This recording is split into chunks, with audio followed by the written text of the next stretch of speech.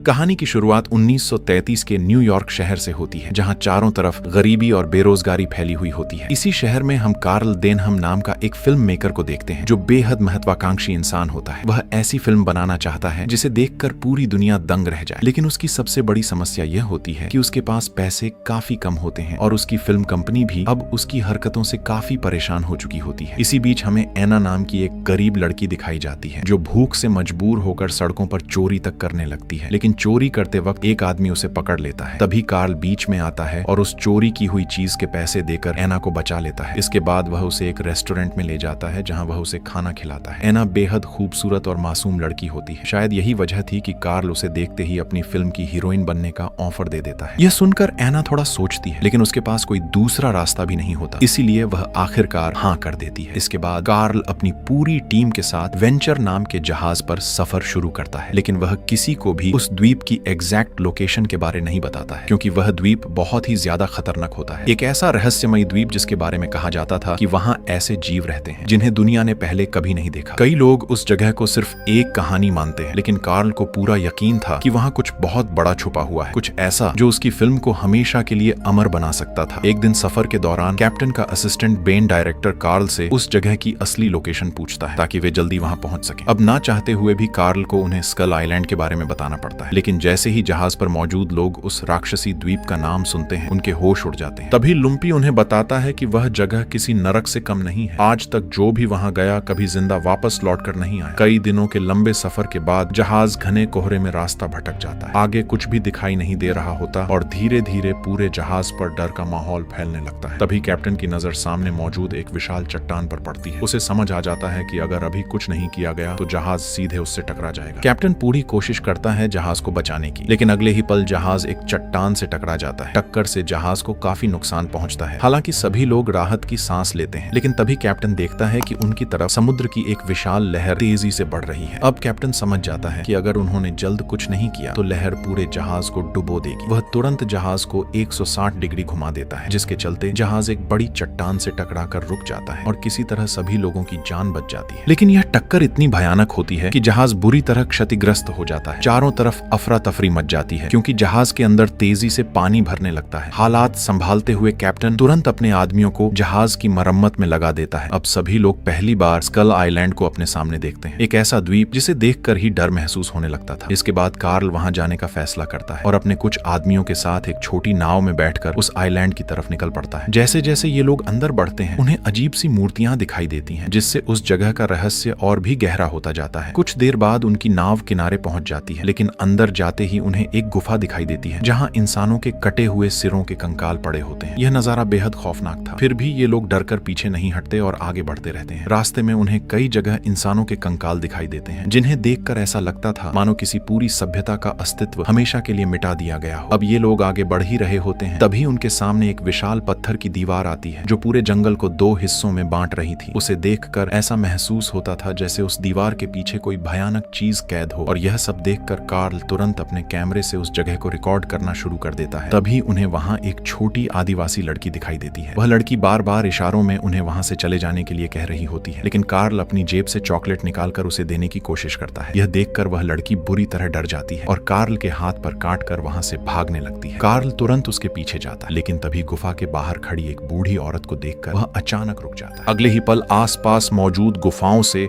आदिवासी निकलना शुरू हो जाते हैं। उनके चेहरे और हाव भाव इतने खौफनाक थे कि उन्हें देखकर ही डर महसूस होने लगता था। यह देखकर कार्ल अपने सभी लोगों को शांत रहने के लिए कहता है, लेकिन तभी अचानक एक भाला इनके एक साथी के शरीर को आर पार चीर देता है और वह वहीं तड़पते हुए मर जाता है। यह नजारा देखकर एना चीख पड़ती है। उसी वक्त जंगल के अंदर से एक भयानक दहाड़ सुनाई देती है। वह चीख इतनी डरावनी थी कि उसकी आवाज सीधे जहाज तक पहुंच जाती है। इसके बाद वे सभी आदिवासी इन लोगों पर हमला कर देते हैं। उनकी संख्या इतनी ज्यादा थी कि कार्ल की टीम पूरी तरह घिर जाती है। तभी कई आदिवासी मिलकर इनके एक आदमी को पकड़ लेते हैं और उसे पत्थर पर लिटाकर हथौड़े जैसे हथियार से उसका सिर कुचल देते हैं, जिससे वह वहीं तुरंत मर जाता है। इसके बाद आदिवासी एक एक करके कार्ल के कई साथियों को मार गिराते हैं। इसी बीच एना की नजर उस बूढ़ी औरत पर पड़ती है, जो लगातार एक ही बात दोहरा रही थी, वो आ रहा है और उसने तुम्हें चुन लिया है। यह सुनकर एना बुरी तरह घबरा जाती है। वहीं जैक आदिवासियों से बचने की पूरी कोशिश करता है, लेकिन तभी एक आदिवासी उसके सिर पर हमला कर देता है, जिससे वह बेहोश होकर गिर पड़ता है। उधर कई आदिवासी मिलकर कार्ल को पकड़ पकड़ लेते हैं और उसे भी पत्थर पर लिटा देते हैं। ऐसा लग रहा था कि अब उसका बचना नामुमकिन है। लेकिन तभी दूर से चली एक गोली सीधे उस आदिवासी सरदार को जाकर लगती है और वह वहीं ढेर हो जाता है। दरअसल वह गोली कैप्टन ने चलाई होती है। उसने भी जंगल से आती वह भयानक चीख सुन ली थी, जिससे उसे समझ आ गया था कि उसके साथी किसी बड़ी मुसीबत में फंस चुके हैं। जैसे ही उनका सरदार मरता है, बाकी आदिवासी डरकर वहां से भागने लगते हैं। वहीं ऐना अभी भी सदमे में होती है। उसे समझ ही नहीं आ रहा था कि आखिर उसके साथ हो क्या रहा है। डर के मारे उसका पूरा शरीर कांपने लगता है। इसके बाद सभी लोग जल्दी से वापस जहाज की तरफ लौटते हैं, लेकिन उनकी मुसीबतें अभी खत्म नहीं हुई थी। रात होते ही समुद्र में भयानक तूफान आ जाता है। तेज लहरों की वजह से जहाज में पानी भरना शुरू हो जाता है, क्योंकि जहाज अभी पूरी तरह ठीक नहीं हुआ था। हालात इतने खराब हो जाते हैं कि लोग जहाज का वजन कम करने के लिए फालतू सामान समुद्र में फेंकना शुरू कर देते हैं। उधर अंधेरे का फायदा उठाते हुए वे आदिवासी लंबे बांसों की मदद से पहाड़ियों को पार करते हुए जहाज की तरफ बढ़ रहे होते हैं, क्योंकि वे ऐना को अपने गॉड की बलि बनाना चाहते थे। शायद इसी वजह से वह बूढ़ी औरत बार बार कह रही थी उसे चुन लिया गया है। जैसे ही एक आदिवासी जहाज पर पहुंचता है, उसके गले में पहना हड्डियों का नेकलेस नीचे गिर जाता है, लेकिन उसका ध्यान उस पर नहीं जाता। इसके बाद वह चुपके से जहाज के अंदर ऐना को ढूंढने लगता है। वहीं ऐना अपने कमरे में अकेली बैठी होती है। बाहर तूफान लगातार और खतरनाक होता जा रहा था और जहाज में पानी भरता ही जा रहा था। इसी बीच जैक को होश आता है। तभी उसकी नजर जहाज पर पड़े उस हड्डियों वाले नेकलेस पर पड़ती है और वह तुरंत समझ जाता है कि आदिवासी जहाज तक पहुंच चुके हैं। उधर कैप्टन इंग्लेहॉर्न और उसकी टीम अपनी पूरी ताकत से जहाज को बचाने में लगे होते हैं। कई मुश्किलों के बाद वे आखिरकार जहाज को डूबने से बचा लेते हैं। यह देखकर सभी लोग राहत की सांस लेते हैं। लेकिन तभी जैक तुरंत ऐना के कमरे की तरफ भागता है, जहां पहुंचकर उसके होश उड़ जाते हैं, क्योंकि ऐना वहां नहीं होती और कमरे के अंदर एक क्रू मेंबर की लाश पड़ी होती है। इसके बाद जैक घबराकर तुरंत कैप्टन के पास जाता है और उसे सब कुछ बता देता है। कैप्टन तुरंत स्कल आइलैंड की तरफ देखता है, जहां दूर आग जलती दिखाई दे रही होती है। उसे समझ आ जाता है कि आदिवासी किसी तरह का रिचुअल कर रहे हैं। उधर दूसरी तरफ वे आदिवासी ऐना को पकड़कर उसी बूढ़ी औरत के सामने ले आते हैं। जहाज पर मौजूद सभी लोग फैसला करते हैं कि वे किसी भी कीमत पर ऐना को बचाएंगे। इसके बाद बेन अपने आदमियों को आदेश देता है, जल्दी से सारी बंदूकें नाव में लोड करो। अब वे समझ चुके थे कि इन आदिवासियों को जवाब देना ही होगा। इसके बाद सभी लोग अपने हथियार तैयार करते हैं और कुछ ही देर में दो नावों में बैठकर स्कल आइलैंड की तरफ निकल पड़ते हैं। लेकिन समुद्र का तूफान अभी भी शांत नहीं हुआ था। हर लहर ऐसा महसूस करा रही थी मानो मौत उनका पीछा कर रही हो। उधर आइलैंड पर एक बेहद अजीब और डरावना रिचुअल चल रहा होता है। आदिवासी लकड़ी के खंभों को जोर जोर से पीटते हुए अपने गॉड से प्रार्थना कर रहे थे। ऐना के हाथ बांध दिए जाते हैं। इसके बाद वह बूढ़ी औरत उसके गले में हड्डियों से बना एक नेकलेस पहनाती है। जैसे जैसे वह रिचुअल आगे बढ़ता है, वैसे वैसे जंगल का माहौल और भी डरावना होने लगता है। तभी हमें महसूस होता है कि जंगल के अंधेरे में कोई चीज काफी देर से इन सबको देख रही है। कुछ देर बाद आदिवासी ऐना को धक्का देकर बलि वाली जगह की तरफ ले जाते हैं। धीरे धीरे उसका शरीर हवा में लटकने लगता है। उसके नीचे सिर्फ एक गहरी खाई थी और दूसरी तरफ खड़े आदिवासी लगातार अपने ईश्वर का नाम पुकार रहे थे। तभी अचानक पूरा माहौल शांत हो जाता है। अगले ही पल जंगल की तरफ से भारी कदमों की आवाज आने लगती है। वह आवाज किसी इंसान की नहीं थी, बल्कि उनके गॉड की थी, जो अब आ चुका था। उसकी दहाड़ सुनते ही ऐना के शरीर में डर दौड़ जाता है। उसकी धड़कनें तेज होने लगती हैं और वह अपनी मौत का इंतजार करने लगती है। उधर